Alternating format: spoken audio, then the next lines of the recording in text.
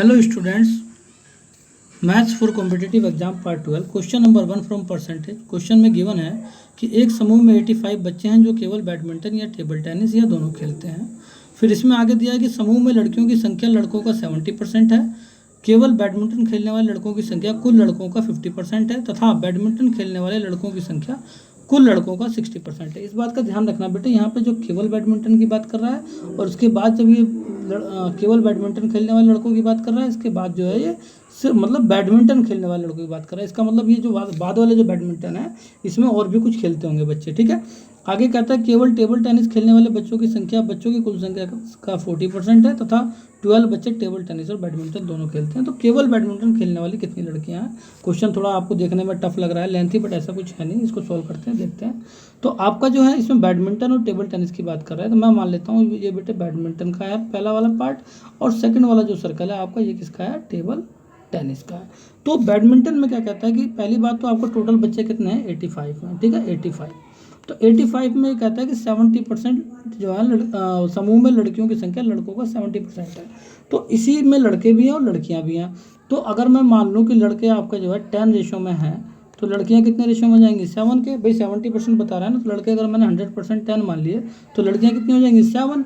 तो अब एक बात बताओ, तो लड़के कितने हो जाएंगे आपके, तो देखो लड़के आपके हो जाएंगे 10 अपॉन दोनों का सम 17 गुणा 85।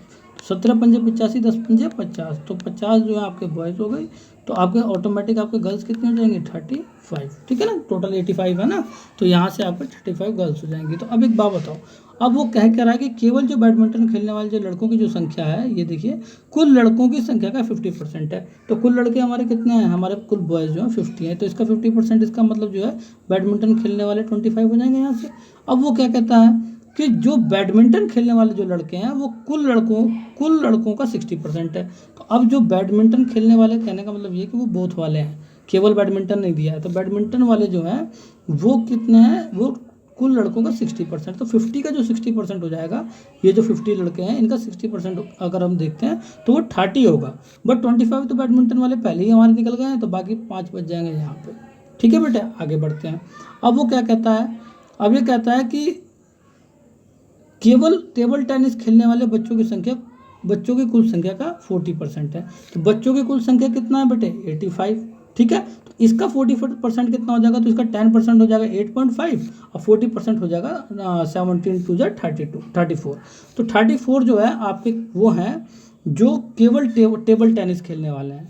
कौन है ये, केवल टेबल टेनिस खेलने वाले 34 स्टूडेंट्स हैं। कितने, 34। तो एक बात बताओ, अगर 34 स्टूडेंट्स अगर केवल टेबल टेनिस खेलने वाले बच्चे हैं, तो आपको पता है ना कि यहाँ पे बॉयज़ कितने हैं, तो बॉयज़ तो आपके टोटल 50 हैं, तो 30 तो पहले ही हो चुके हैं। तो इसका मतलब बॉयज़ यहाँ पे कितने बचेंगे, 20। अब बाकी यहाँ से 34 टोटल बच्चे हैं जो टेबल टेनिस खेलते हैं। तो इसका मतलब यहाँ पे आपको 14 क्या है, आपकी गर्ल्स हैं। भाई बॉयज़ तो आपके 50 पूरे हो गए ना, तो 14 यहाँ से गर्ल्स हैं। और वो क्या कहता था लास्ट में कि यहाँ पे दिया हुआ था कि 12 बच्चे टेबल टेनिस और बैडमिंटन दोनों खेलते हैं। तो देखो 5 तो पहले से यहाँ खेलते हैं बच्चे, तो 7 यहाँ लड़कियाँ बचेंगी। फिर भाई लड़के तो 5 बच्चे थे ना, तो नीचे वाली दोनों लड़कियाँ हैं और बाकी ऊपर के तीनों लड़के हैं। तो अब देखो 14 यहाँ हो गए, 7 यहाँ हो गई, और टोटल आपको पता है लड़कियाँ कितनी थी, 35। तो 35 में से दोनों को ऐड कर देंगे, 14 7 कितने होते हैं, 21। तो 35 माइनस 21 यहाँ पे कर लेता हूँ मैं। तो 35 माइनस 21 आपका कितना आ जाएगा, 5 में से 1 गया 4, ठीक है, ये 4 है, आप ध्यान रखना। और यहाँ 3 में से 2 गया 1, तो 14 आपका जो है इसमें आ जाएंगी गर्ल्स। तो वो पूछ क्या रहा है कि केवल बैडमिंटन खेलने वाली लड़कियाँ कितनी, तो लड़कियाँ आपकी जो है 14 है। आपका आंसर हो जाएगा 14, ठीक है बेटे। तो इस तरीके से क्वेश्चन को सोल्व करना है, कोई ज़्यादा टफ क्वेश्चन नहीं है, आपको एक बार समझने की देरी है। नेक्स्ट क्वेश्चन सोल्व करते हैं। नेक्स्ट क्वेश्चन भी वेरी इंटरेस्टिंग है। नेक्स्ट क्वेश्चन में दिया है कि एक सर्वेक्षण के अनुसार किसी शहर में 50% घरों में रेडियो, 75% घरों में टीवी तथा 25% घरों में जो है वीसीआर है। केवल 10% घरों में ये तीनों वस्तुएं हैं तथा प्रत्येक वीसीआर रखने वाले व्यक्ति टीवी भी देखते हैं। यदि 25% घरों में केवल रेडियो हो तो कितने % घरों में केवल टीवी है। तो क्वेश्चन देख के तो काफ़ी टफ लग रहा होगा कि ये कैसा क्वेश्चन है। हम मान लेते हैं कि बेटे 100% जो 100 घर जो हैं हमारे, उनको हमने सर्वेक्षण किया, ठीक है, 100 घरों का सर्वेक्षण किया। इसमें क्या पता चला हमको, देखिए इसमें कहते हैं कि जो 10% घर है ना, इनमें तीनों वस्तुएं हैं। तो इसका मतलब तीनों वस्तुएं जिसमें टीवी है, ठीक है, फिर इसके बाद वीसीआर है और तुम्हारा क्या है, रेडियो है। तो अगर वो रेडियो, वीसीआर और टीवी जो तीनों जो जिस घर में है वो 10% घर है, ठीक है। तो मतलब 10 ही घर है, पर परसेंट लगाने की जरूरत नहीं है, हमने 100 मान लिया ना, कंप्लीट 100 घर मान लिए। तो 10 घर हमारे होगा जिसमें तीनों हैं। इसके बाद क्या कहता है, 25% घरों में केवल रेडियो है, तो इसको भी बाद में देखते हैं। तो चलो इसको भी लिख लेते हैं। तो आपका जो रेडियो सिर्फ बचे हुए हैं वो कितने घरों में है, रेडियो सिर्फ रेडियो है, ये वो किस में है, 25% में। अब वो कहता है कि VCR 75% घरों में, टीवी और 25% घरों में VCR है। तो लेकिन एक बात ध्यान देना, वो कह रहा है कि VCR जो देखने वाले व्यक्ति है ना, यहाँ पे रखने वाले वो टीवी भी देखते हैं, तो कम से कम हमको लेके चलना है। तो हमारे VCR और टीवी वाले जो हैं, VCR ठीक है, और टीवी वाले जो हैं वो हम मान लेते हैं कि 25% है, जो दोनों देखते हैं, ठीक है। टीवी भी देखते हैं और VCR भी देखते हैं। तो एक बात बताओ, आपका कह रहा है कि कितने % घरों में केवल टीवी हैं, केवल टीवी।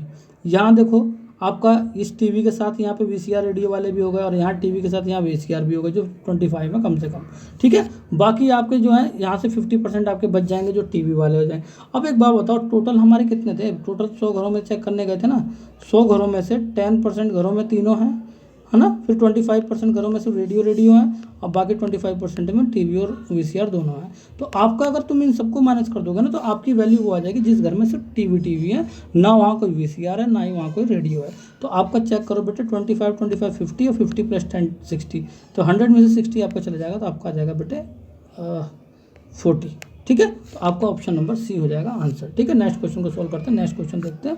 नेक्स्ट क्वेश्चन में दिया है कि एक वृत्ताकार खेल के मैदान की त्रिज्या 80 मीटर है, यदि इसकी त्रिज्या को 64 मीटर कर दिया जाए तो उसके क्षेत्रफल में कितने % की कमी हुई। तो एक बात बताओ, एक वृत्ताकार खेल का मैदान है, मान लो कोई वृत्ताकार खेल का मैदान है, ये आपका खेल का मैदान है, इसकी जो त्रिज्या है वो कितना है, वो 80 मीटर की त्रिज्या है, R की वैल्यू कितनी है, 80 मीटर। अब वो क्या कहता है, यदि इसकी त्रिज्या को 64 मीटर कर दिया जाए, अब मान लो कि वही वृत्त जो है अब आपका छोटा हो गया, और इसकी जो त्रिज्या हो गई वो कितनी हो चुकी है, 64 मीटर, 64 है, ठीक है। तो 64 मीटर अगर कर दिया जाए तो क्षेत्रफल में प्रतिशत कमी कितनी हुई। तो पहले अगर आपका क्षेत्रफल जो होगा तो क्या होगा, तो पहले जो सर्कल का जो क्षेत्रफल होगा, सर्कल एरिया ऑफ सर्कल होगा ना यहाँ पे। तो एक बार एक काम करते हैं, ऊपर लिख लेते हैं, एरिया ऑफ, है ना, एरिया ऑफ सर्कल क्या हो जाता है, πr²। तो पाई इंटू आपका 80 का स्क्वायर हो जाएगा, ठीक है। और फिर नया अब सर्कल कौन सा है, छोटा वाला सर्कल है, इसका भी देखो एरिया ऑफ जो सर्कल हो जाएगा ये हो जाएगा पाई इंटू 64 का स्क्वायर।